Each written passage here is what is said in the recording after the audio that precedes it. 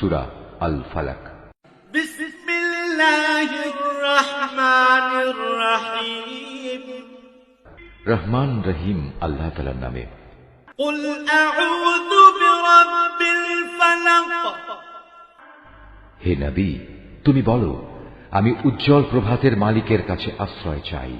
মিন শাররি মা খালাক। আশ্রয় চাই তার সৃষ্টি করা প্রতিটি জিনিসের অনিষ্ট থেকে। ওয়া মিন শাররি গাসিকিন ইযা ওয়াকাব। আমি আশ্রয় চাই রাতের অন্ধকারে সংঘটিত অনিষ্ট থেকে, বিশেষ করে যখন রাত তার অন্ধকার বিছিয়ে দেয়। ওয়া মিন শাররিন নাফাতাতি ফিল উকাদ। আমি আশ্রয় চাই গিরায় ফুঁক দিয়ে জাদুটোনাকারিনীদের অনিষ্ট থেকে। ওয়া মিন শাররি হাসিদিন ইযা হাসাদ।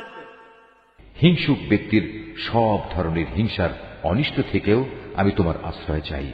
হিংসুক ব্যক্তি থেকেও, যখন সে তার হিংসায় জ্বলে ওঠে।